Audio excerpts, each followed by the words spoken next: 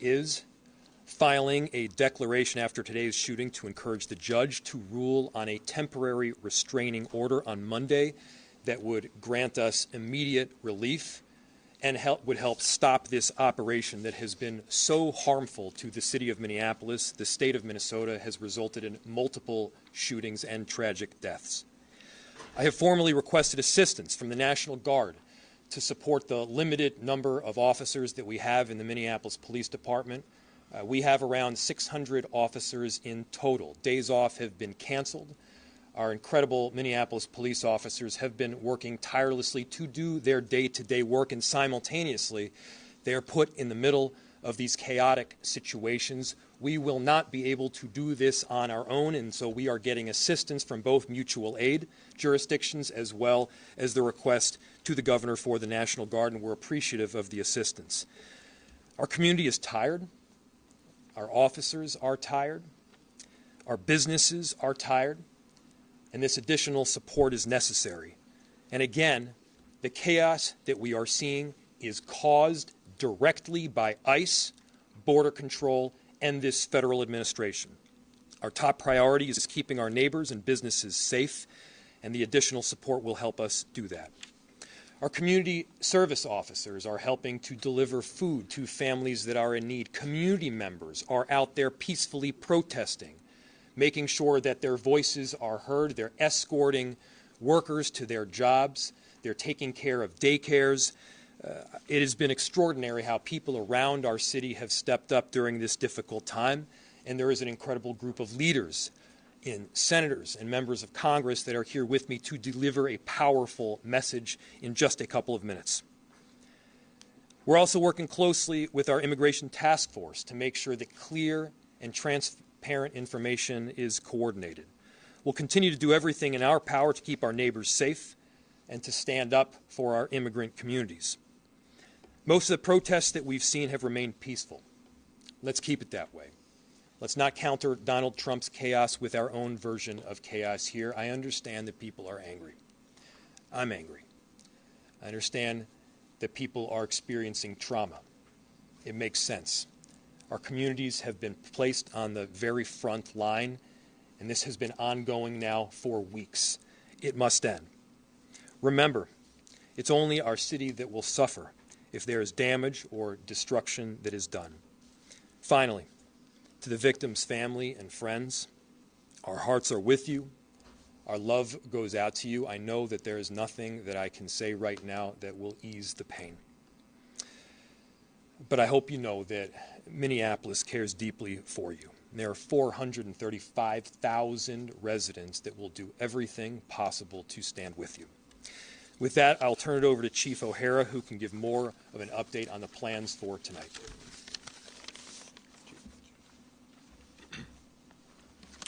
Thank you, Mayor.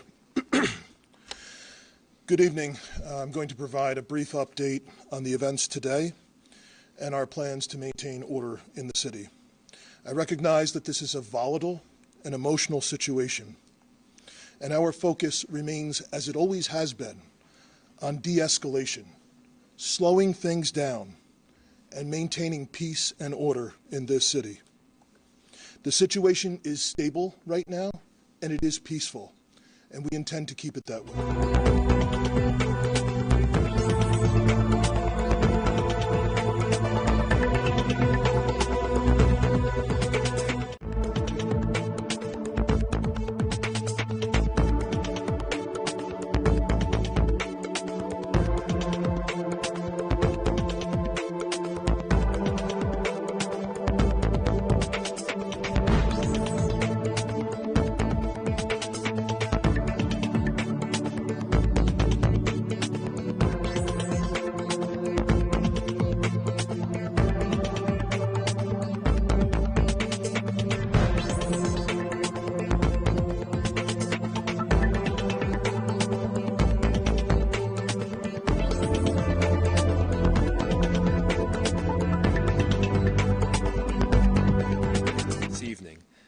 The city of Minneapolis is filing a declaration after today's shooting to encourage the judge to rule on a temporary restraining order on Monday that would grant us immediate relief and would help stop this operation that has been so harmful to the city of Minneapolis. The state of Minnesota has resulted in multiple shootings and tragic deaths. I have formally requested assistance from the National Guard to support the limited number of officers that we have in the Minneapolis Police Department. We have around 600 officers in total. Days off have been canceled. Our incredible Minneapolis police officers have been working tirelessly to do their day-to-day work, and simultaneously they are put in the middle of these chaotic situations. We will not be able to do this on our own, and so we are getting assistance from both mutual aid jurisdictions as well as the request to the governor for the National Guard, and we're appreciative of the assistance. Our community is tired. Our officers are tired. Our businesses are tired. And this additional support is necessary. And again, the chaos that we are seeing is caused directly by ICE, Border Control, and this federal administration. Our top priority is keeping our neighbors and businesses safe, and the additional support will help us do that. Our community service officers are helping to deliver food to families that are in need. Community members are out there peacefully protesting, making sure that their voices are heard. They're escorting workers to their jobs. They're taking care of daycares. It has been extraordinary how people around our city have stepped up during this difficult time, and there is an incredible group of leaders, in senators and members of Congress that are here with me to deliver a powerful message in just a couple of minutes. We're also working closely with our immigration task force to make sure that clear and transparent information is coordinated. We'll continue to do everything in our power to keep our neighbors safe and to stand up for our immigrant communities. Most of the protests that we've seen have remained peaceful. Let's keep it that way. Let's not counter Donald Trump's chaos with our own version of chaos here. I understand that people are angry. I'm angry. I understand that people are experiencing trauma. It makes sense.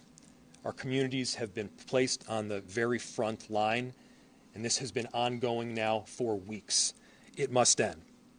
Remember, it's only our city that will suffer if there is damage or destruction that is done. Finally, to the victim's family and friends, our hearts are with you. Our love goes out to you. I know that there is nothing that I can say right now that will ease the pain. But I hope you know that Minneapolis cares deeply for you. There are 435,000 residents that will do everything possible to stand with you. With that, I'll turn it over to Chief O'Hara, who can give more of an update on the plans for tonight.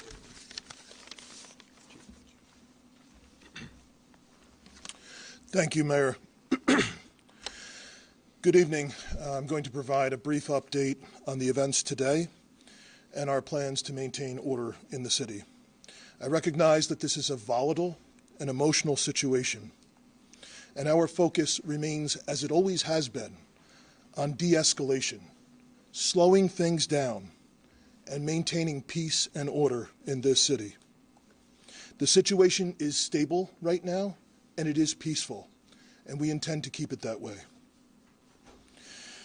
After our last press update, additional residents and demonstrators gathered today, and the situation deteriorated. Local and state law enforcement officers were surrounded on multiple sides by a mix of protesters and also agitators who engaged in unlawful acts. Individuals began erecting barricades, throwing glass bottles, ice chunks, and at least 2 separate fires were started in the immediate vicinity. Minneapolis police had to escort firefighters so that they could safely extinguish those fires. The number one priority of our police officers is to protect life and maintain public safety for all people in our community. And so given the volatility and rising public safety risks for residents, for demonstrators, and police officers, state and local law enforcement did deploy less lethal and gas munitions at that assembly in order to allow for a safe egress of law enforcement and to prevent further violence and damage. We do everything that we possibly can to de-escalate whenever possible, and the actions that were taken today were in response to a dangerous and escalating situation that already had multiple confrontations. The gathering at the scene now is peaceful, and we need everyone to respect the lives and property of all people in our community. In order to maintain that peace, we have established a vehicle exclusionary zone in the affected area. That zone has allowed traffic to be safely managed and has significantly reduced the risk of escalation, ensuring access for emergency vehicles, for residents of the area, and for lawful, peaceful demonstrations. This zone will be maintained by uniformed police officers of the Minneapolis Police Department, working alongside members of the Minnesota National Guard. National Guard members will be wearing fluorescent yellow safety traffic vests and will be working alongside uniformed Minneapolis police.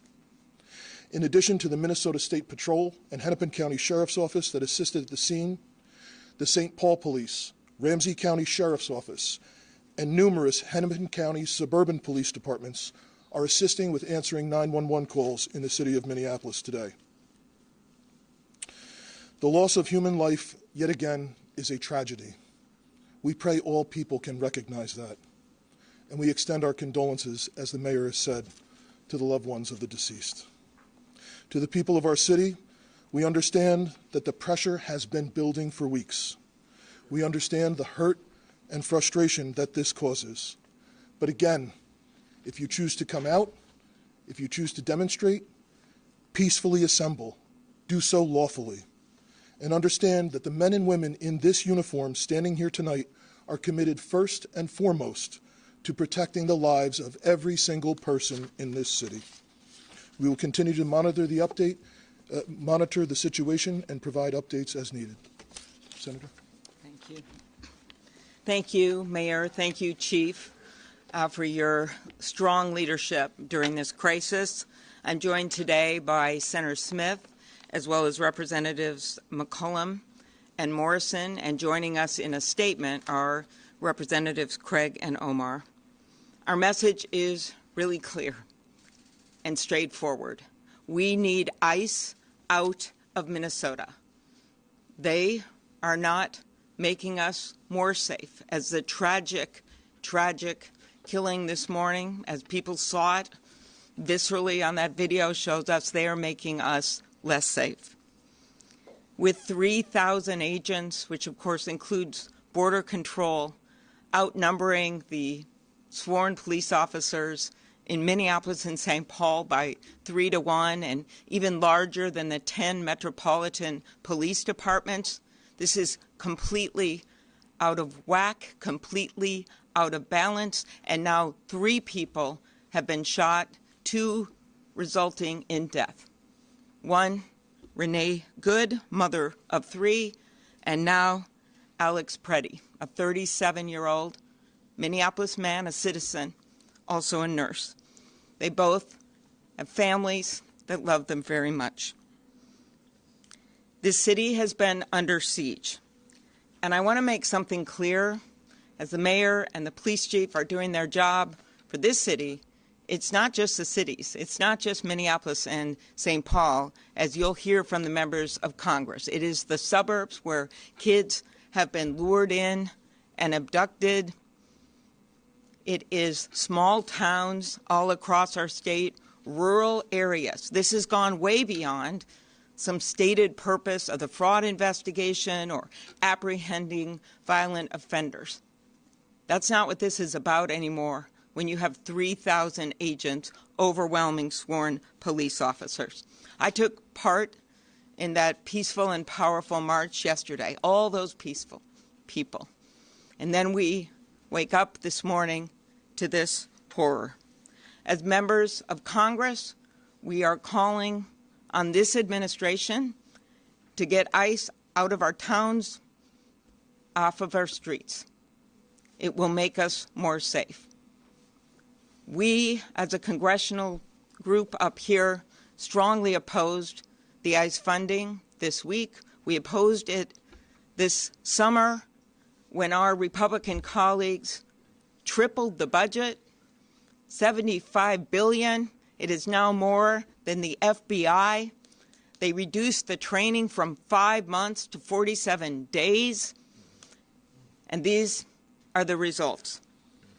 We are also calling for a full and transparent investigation.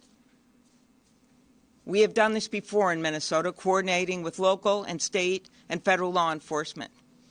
And if they're not going to do it, then they need to get out of the way and allow our very professional Bureau of Criminal Apprehension to conduct the investigation into these killings. And finally, we call on our Republican colleagues to stand with us. I know they know what's going on here because it's happening in their own districts. We have, of course, these shootings, but it is a lot more than that.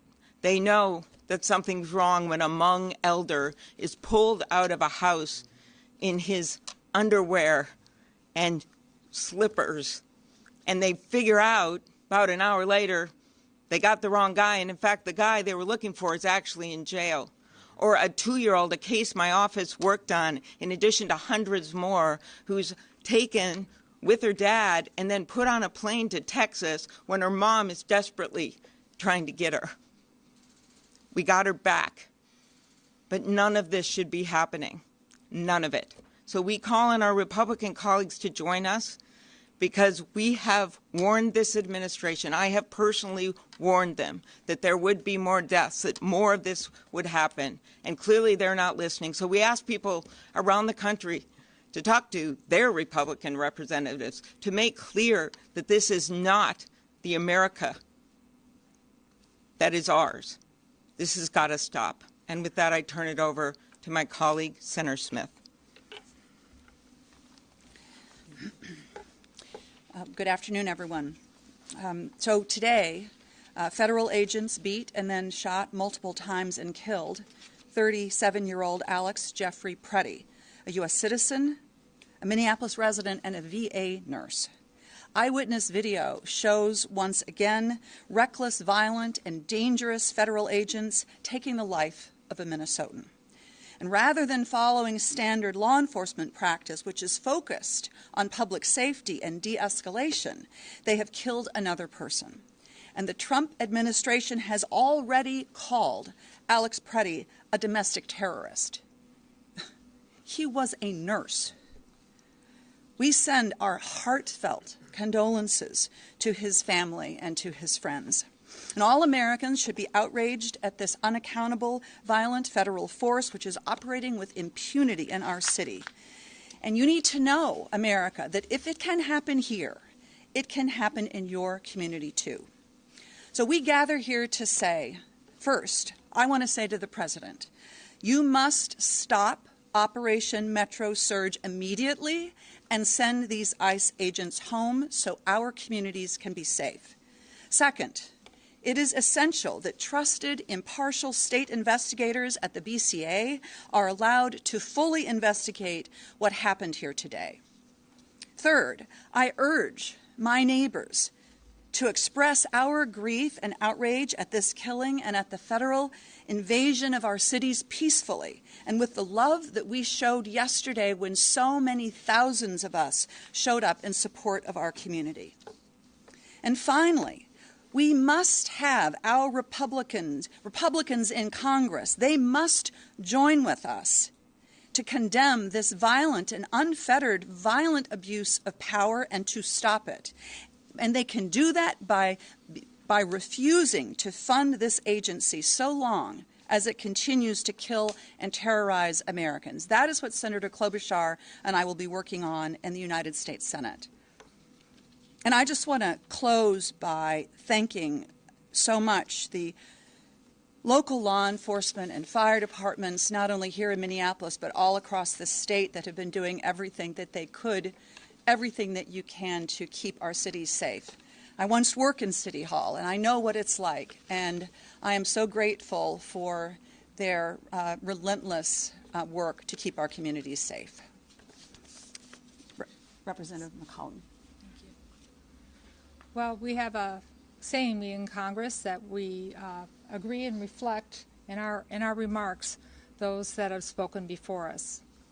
So I'm going to take a slightly different tact. You know, today, this morning, Saturday, we lost another life, and it didn't have to be that way. to all the protesters who have been out there peacefully protesting, who have been harmed and injured. It shouldn't be happening to you either. But I want to take a second, as Senator Smith was, just to reflect on the community. St. Paul stands with you, Minneapolis.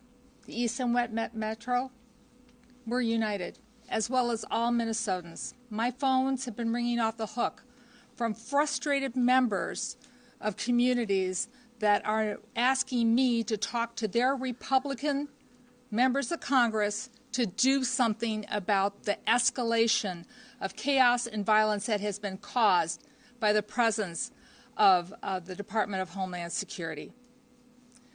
Representative Morrison and I, along with Representative Omar and Craig, had an opportunity to show with our votes on the House floor just this week how disappointed we are that the President refuses to listen. Oh, well, we're more than disappointed. We are outraged. Part of the bill that was on the floor was to provide more body cameras for ICE. Well, they have them already in the thousands, and they refuse to wear them. So, Secretary Noem, have your officers suit up and put on their body cameras, just like our law enforcement does. To our law enforcement here, we appreciate you, especially those of you. Community service volunteers, everybody out there in this community, you make us so proud to represent you in the United States Congress. We hold our head up high with how Minnesota is reacting to this. We celebrate 250 years of this United States of America. And I'll close with quoting Benjamin Franklin. He came out of the Constitutional Convention and he said, it's a republic if you can keep it. Well, we're showing we want to keep it a republic with peaceful protesting. Stay calm, be safe, take care of one another. And when you see a National Guards person out there trying to relieve one of our police officers, know that they're there to protect you. So please respect everyone out there trying to keep us safe. And with that, I'd like to welcome up my colleague from the West Metro, Representative Morrison. Thank you, Representative McCollum. You know, the day after tens of thousands of Minnesotans showed the world how to stand up peacefully against this administration's cruelty, lawlessness, and unacceptable occupation, and demand that ICE leave our state and end this federal invasion, the world is watching yet again as one of Donald Trump's federal agents have shot and killed another United States citizen in broad daylight in the middle of the street. First, we lost Renee Nicole Good, and now Alex Jeffrey Preddy, a 37-year-old man, a Minnesotan, an ICU nurse, a resident looking out for his neighbors as Minnesotans always do. And I do want to pause and offer my deepest sympathy and profound condolences to Mr. Preddy's family and friends. I am so sorry for your unimaginable loss. And we are once again now being asked to deny what we saw with our own eyes. We watched the videos of a masked federal agent shooting Alex in the back multiple times while he was pinned down by more than 6 other masked federal agents. And once again, DHS has come out with a predetermined narrative that contradicts everything we saw with our own eyes. 2 37-year-old Minnesotans are now dead, a poet and a nurse. For what? We cannot lose any more lives. We need a full, transparent, and comprehensive investigation led by our BCA. And ICE and Border Patrol need to halt all operations in the state and leave immediately.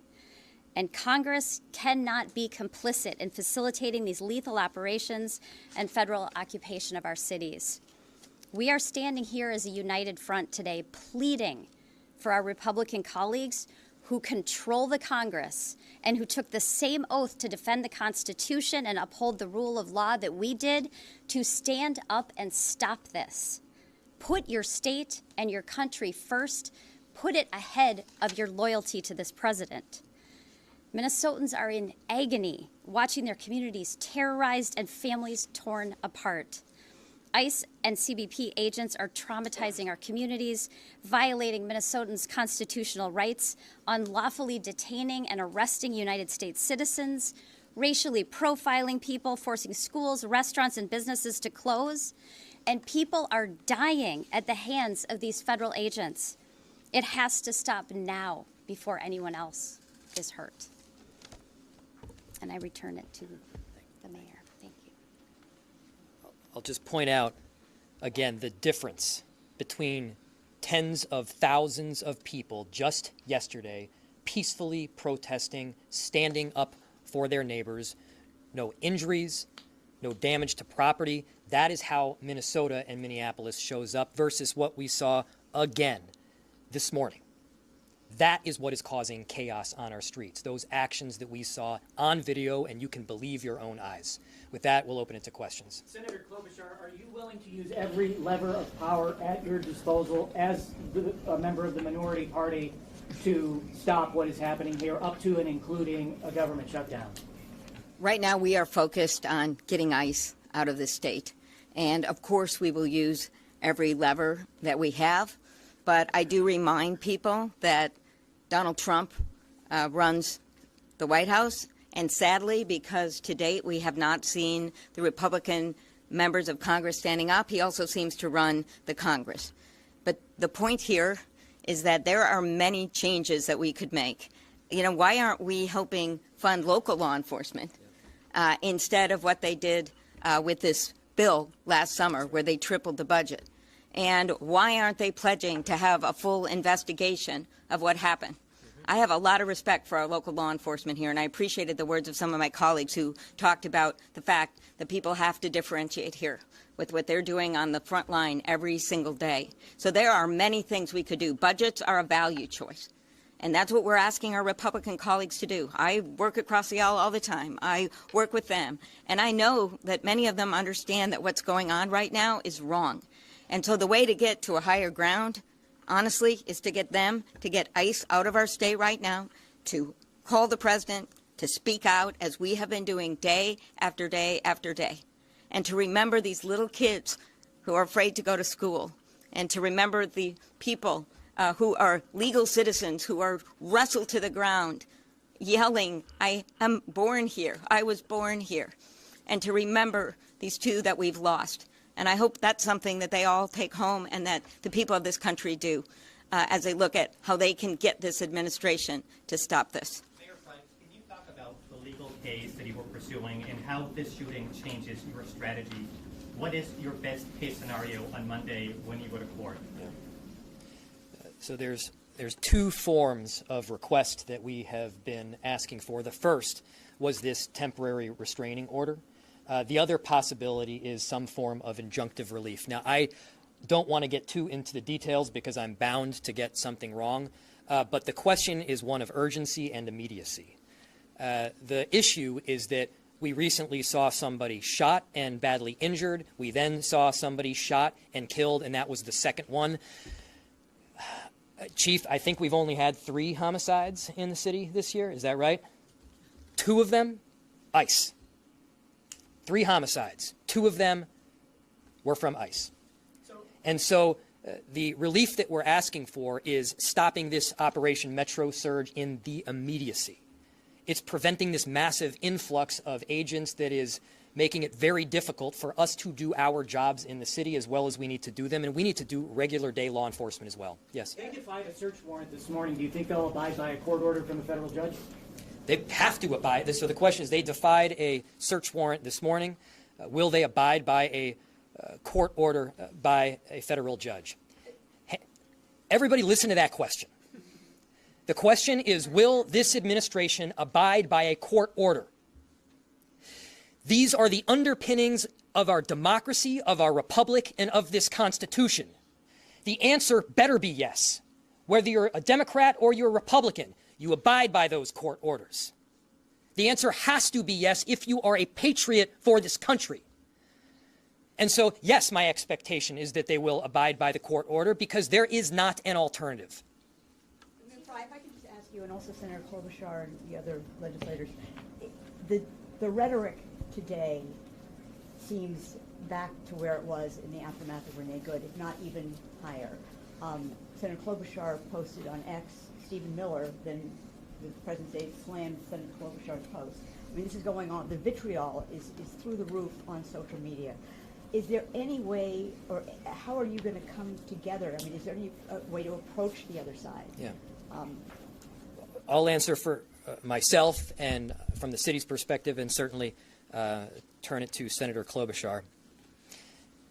I want everyone to just quickly look at the juxtaposition between the way that Minneapolis is showing up and the way that the federal government is showing up. I want you to look at the difference between the elected leaders and our chief that you've heard talk just before me. They're calling for peace. They're calling for peace notwithstanding this horrific action from the federal government. What are they doing? They're not investigating the person that killed our citizens. They're investigating us. This is political retaliation. This is about a political narrative, and that narrative is making people less safe. A number of us have spent the last few weeks making our views clear, standing our ground, but also reaching out to this administration, to Republican leaders, to try to get them to understand how dangerous this is, how unsafe this is. I met with chiefs from across the metropolitan area. Chief O'Hara was on this call, and they have been reaching out, some of them publicly, some of them behind closed doors. The business community has been reaching out. I have been personally reaching out to the President's Chief of Staff and spoken with her. We have done this day after day after day, so we're not just shutting out any discussions, but we've been explaining to them, and I know the governor has, how dangerous this situation is. And I have specifically told people that someone else was going to die. I said this a few days ago. I said it might be by a car, it might be by some other way. And it just seems like you hope that they're going to de-escalate, and then they keep escalating it up. Right now, I hope they're listening, and I mostly hope that our Republican colleagues are listening and that they will step in, even if it's behind closed doors. If they will make those calls and say, we've got to end this now, and we've got to bring those people out of Minnesota and let our local law enforcement do our jobs. And I'll let some of my colleagues answer this. Well, I'll just say that I completely agree with the mayor and the senator, but I mean, it is my obligation as a United States Senator to speak about what I think is happening in my state and to define it for what I think it is. That is my job. And one thing I have learned about this president is that he does not respond to appeasement. He is a bully. He does not respond to people who appease him. He responds much better to strength than he does to weakness. And I